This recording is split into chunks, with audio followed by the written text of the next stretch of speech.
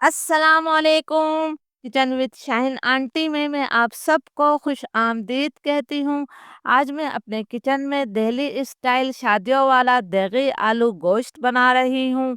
बहुत ही मज़े का ये आलू गोश्त बनता है। इसका हम एक स्पेशल मसाला भी बनाएंगे, तो ज़रूर इस रेसिपी को ट्राई कीजिएगा। इसके लिए मैंने आधा किलो यानी कि 500 ग्राम जो है बीफ लिया है। आप इसे जो है मटन में भी बना सकते हैं। तो चलिए इस मज़ेदार रेसिपी को बनाना शुरू करते हैं। खुशबूदार देगी स्टाइल शादियों वाला आलू गोश्त बनाने के लिए मैंने आधा कप तेल लिया है। आप इसे घी से भी बना सकते हैं। तेल को मैं गरम कर लेती हूँ। तेल गरम हो गया है तो अब मैं इसके अंदर दो दरमियाने साइज की प्याज को बारीक स्लाइस करके शामिल कर रही हूँ। प्याज के लच्छों को मैंने हाथों से मसल कर खोल लिया है। प्याज को हमने इतनी देर तक फ्राई करना है कि इस पर अच्छा सा गोल्डन ब्राउन कलर आ जाए। प्याज पर बहुत ही अच्छा गोल्डन ब्राउन कलर आ गया है तो हमने तमाम प्याज को अच्छी तरह से दबाते हुए कि तेल वापस पतीली में जाए, तमाम प्याज को मैं निकाल लेती हूँ। तमाम प्याज मैंने निकाल ली है। इसके साथ ही मेरे पास 1 कप यानी कि 200 ग्राम दही है। दही और प्याज को मैं ग्राइंडर जार में डालकर इसका पेस्ट बना लूंगी। अब हमने तेल के अंदर गोश्त शामिल कर दिया है। फ्लेम मैंने मीडियम टू हाई कर दिया है। मीडियम टू हाई फ्लेम पर हमने गोश्त की इतनी देर तक भुनाई करनी है कि इसका कलर तब्दील हो जाए।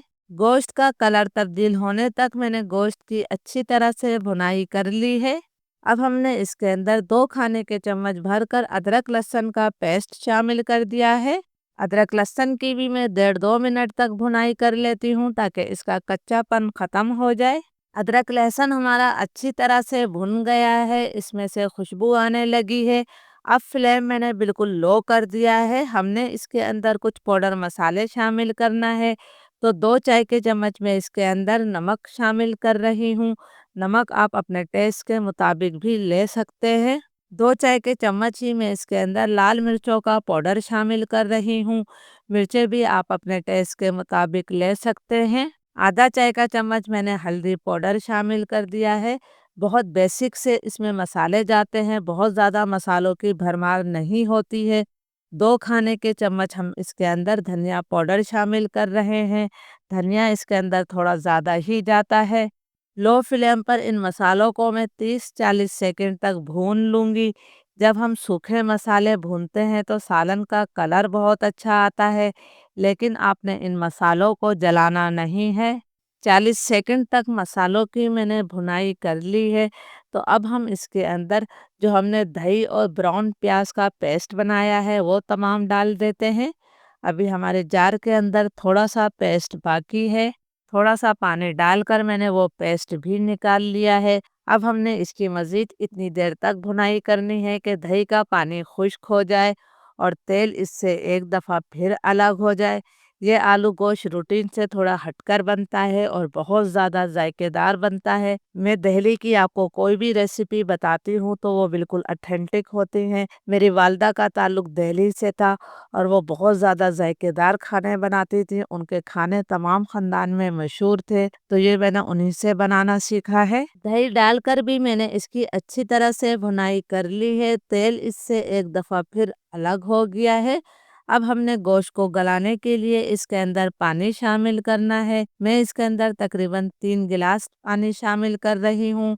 आप अपने गोश्त के हिसाब से पानी डालिएगा। अभी मैं फ्लेम हाई रखूँगी ताकि पानी में अच्छी तरह से उबाल आ जाए। उसके बाद फ्लेम में लो टू मीडियम कर दूँगी। लो टू मीडियम फ्लेम पर हम इसे तकरीबन 50 मिनट तक पकाएंगे। हमने गोश्त में मामूली सी कसर रखनी है। अब हम देगी आलू गोश्त के लिए एक स्पेशल मसाला बनाएंगे। तो फ्राई पैन में मैं 1 चाय का चम्मच सफ़ेद ज़ीरा शामिल कर रही हूँ। 1 चाय का चम्मच मैंने सौंफ डाल दी है। थोड़ी सी मैंने जवतरी ली है और एक छाली के दाने के बराबर मैंने जायफल लिया है। एक मैं बादियान का फूल शामिल कर रही हूँ। 2 मैंने बड़ी इलायची डाल दी है। 5-6 मैं इसके अंदर लौंगे शामिल कर रही हूँ और इसके साथ ही हम 3-4 इसके अंदर सब्ज इलायचियाँ डाल देते हैं। आधा चाय का चम्मच मैंने काली मिर्चें शामिल करी हैं। फ्लेम मेरा लो टू मीडियम है। लो टू मीडियम फ्लेम पर हमने इन मसालों को इतनी देर तक भूनना है कि इसका हल्का-सा कलर तब्दील हो जाए और इसमें से खुशबू आने लगे। आप इन मसालों को डायरेक्ट भी पीस सकते हैं, लेकिन जब हम इसको थोड़ा-सा भून लेते हैं तो इनकी खुशबू जो है बहुत ज़्यादा बढ़ जाती है। 2 ढाई मिनट तक मसालों की मैंने भुनाई कर ली है। इसमें से माशाल्लाह बहुत ही प्यारी खुशबू आ रही है और इनका कलर भी तब्दील हो गया है। मैं इसे प्लेट में निकाल कर ठंडा कर लूँगी। जब ये ठंडे हो जाएँगे तो इनका मैं पाउडर बना लूँगी। लो टू मीडियम फ्लेम पर गोश्त को पकते हुए तकरीबन 1 घंटा हो गया है। बीच में मैंने इसके अंदर चम्मच भी चलाया था।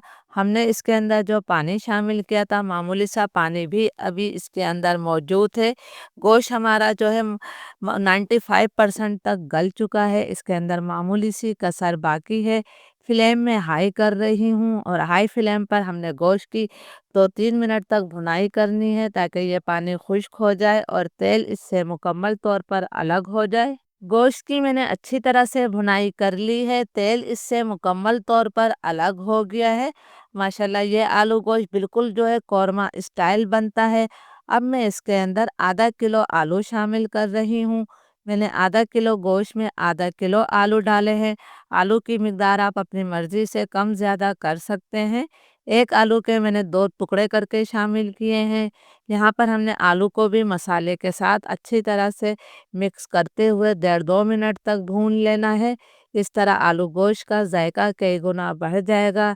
प्लीज़ अगर आप लोगों को वीडियो अच्छी लग रही है तो इसे ज़्यादा से ज़्यादा लाइक और शेयर ज़रूर कीजिएगा और आप मेरी वीडियो कहाँ से देख रहे हैं ये भी कमेंट्स करके ज़रूर बताइएगा। 1.5-2 मिनट तक मैंने आलू की भी मसाले के साथ अच्छी तरह से भुनाई कर ली है। अब हमने आलू गलाने के लिए और ग्रेवी के लिए पानी शामिल करना है। मैं इसके अंदर तकरीबन 1.5 गिलास पानी डाल रही हूँ। आपको जितनी ग्रेवी चाहिए आप उतना पानी इसके अंदर शामिल कर सकते हैं।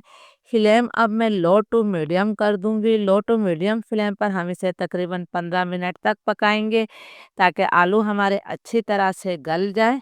लो टू मीडियम फ्लेम पर आलू गोश्त को पकते हुए तकरीबन 15 मिनट और हो गए हैं। माशाल्लाह आप देख सकते हैं कि कितना बेहतरीन इसका कलर आया है। आलू भी हम चेक कर लेते हैं कि आलू हमारा अच्छी तरह से गला है या नहीं। ये देखिए आलू भी बहुत अच्छी तरह से गल चुके हैं। जिन मसालों को मैंने ड्राई रोस्ट किया था उसका मैंने पाउडर बना लिया है।